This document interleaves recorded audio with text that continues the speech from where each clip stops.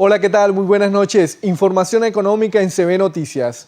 El alcalde de Barranquilla, Alejandro Chara, anunció que en la mañana de hoy firmó el acta que garantiza el dragado del canal de acceso al puerto de Barranquilla hasta el 31 de diciembre de 2025. El dragado hasta diciembre del próximo año es un acuerdo a favor de la navegabilidad del río Magdalena, resultado de un trabajo en equipo de Cor Magdalena y Dimar Colombia. Había que ponerle una velita a la Virgencita, a ver cuándo iba a llegar una draga y cuándo nos las iban a dejar aquí en Barranquilla. Y la diferencia ha sido tú, Álvaro, tú por Magdalena y por supuesto el compromiso del gobierno nacional. 19 meses continuos de una estabilidad nunca vista,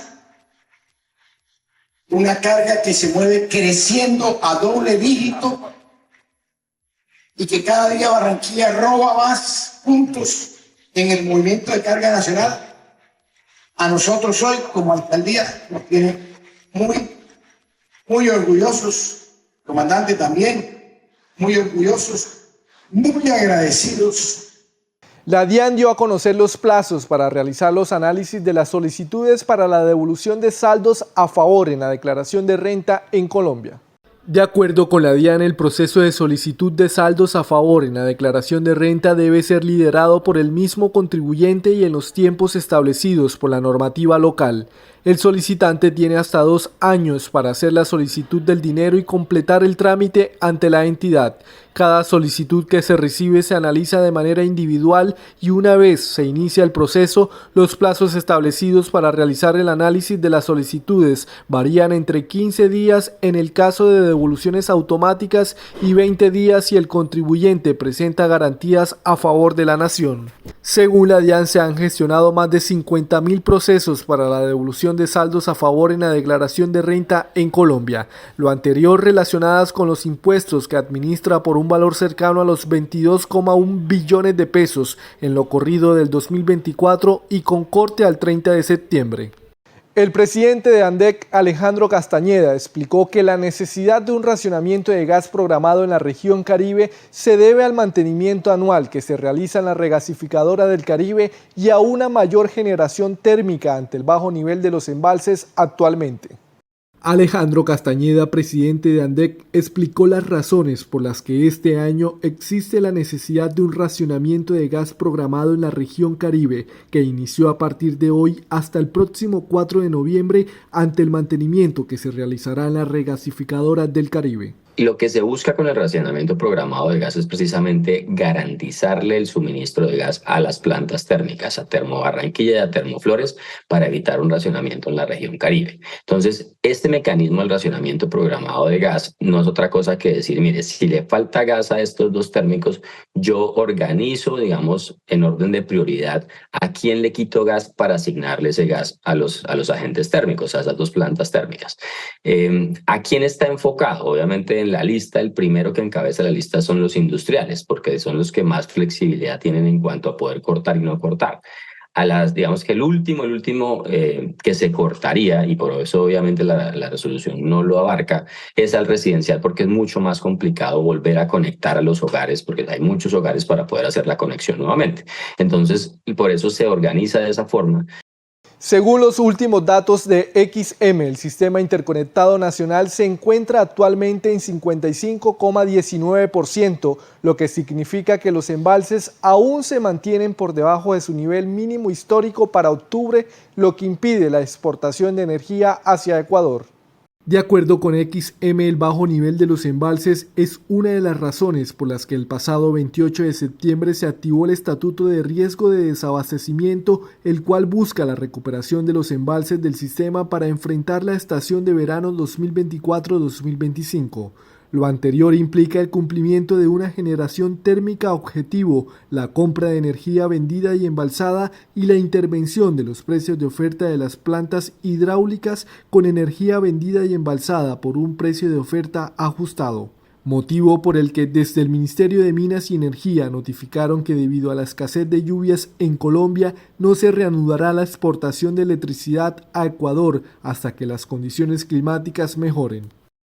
El Banco de la República anunció este jueves la reducción de la tasa de interés a 9,75%, es decir, 50 puntos básicos, luego que el pasado mes se fijara en 10,25%. A su vez, el gerente del banco emisor, Leonardo Villar, alertó por el impacto que puede tener el alza del dólar en la inflación. El directivo afirmó que se reduciría el margen de maniobra para continuar con el relajamiento de la política monetaria. A pesar de la reducción en septiembre de la tasa de interés y de los pronósticos de recortes adicionales por parte de la Reserva Federal de los Estados Unidos, la tasa de cambio del peso frente al dólar ha venido mostrando incrementos sucesivos que, de volverse persistentes, podrían generar presiones al alza sobre la inflación. Ello reduciría el margen de maniobra para continuar con el relajamiento de la política monetaria al ritmo que se ha venido llevando a cabo hasta el momento. El Bitcoin cotizó sin cambios este jueves después de una carrera estelar hasta alcanzar máximos casi récord durante esta semana.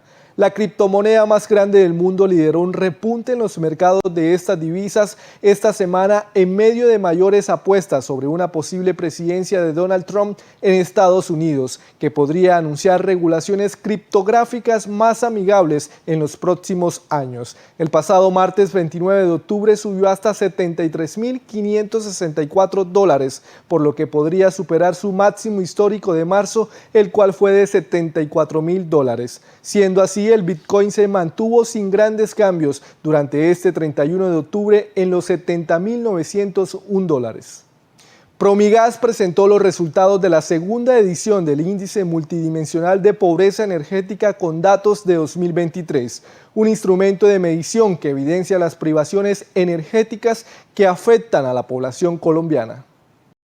De acuerdo con el informe de Promigas, 8,4 millones de personas, equivalentes al 16,1% de la población, aún enfrentan pobreza energética, lo que resalta las desigualdades en el acceso y la calidad de los servicios de energía eléctrica en diferentes regiones del país. Desde la primera edición del Índice Multidimensional de Pobreza Energética 2022 se ha recorrido un camino lleno de desafíos. Sin embargo, a nivel nacional se evidencia una reducción en la pobreza energética, pasando del 16,9% en 2022 al 16,1% en 2023, es decir, 314.510 personas salieron de esta situación. Otro de los resultados que destaca el Índice Multidimensional de Pobreza Energética es que la pobreza disminuyó para las zonas rurales cercanas a las zonas urbanas y para las ciudades intermedias, pero no para los grandes centros urbanos ni para las zonas rurales remotas.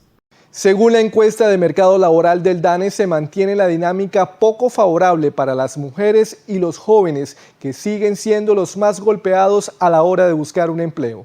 De acuerdo con los registros del DANE, la tasa de desocupación laboral, que mide el número de colombianos que buscan trabajo y no encuentran, se ubicó en 9,1% en su variación anual, con lo cual se marca un ligero retroceso frente al 9,3% en el mismo periodo del 2023, mientras para agosto el dato fue de 9,7%.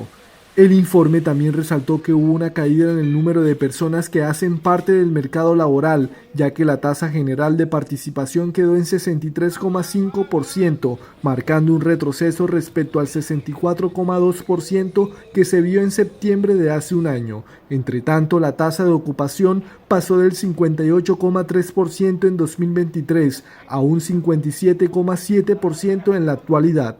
Los jóvenes y las mujeres fueron los más afectados, ya que al revisar la población ocupada por sexo y rangos de edad, se observa que del total reportado para las personas entre 15 y 24 años cayeron en 122.000, siendo este el único que aparece en rojo en la vista por edades. Y ahora la cifra. A pocos días de haber empezado a regir en el Atlántico la implementación de la nueva tecnología de las cámaras de fotodetección, las autoridades de tránsito han impuesto más de 3.551 comparendos a propietarios de vehículos infractores. Según el informe, a través de este sistema se detectaron 1.405 vehículos sin la revisión tecnomecánica al día, 1.161 que no tenían el seguro obligatorio SOAT, Además, 985 automotores fueron sorprendidos desplazándose a exceso de velocidad.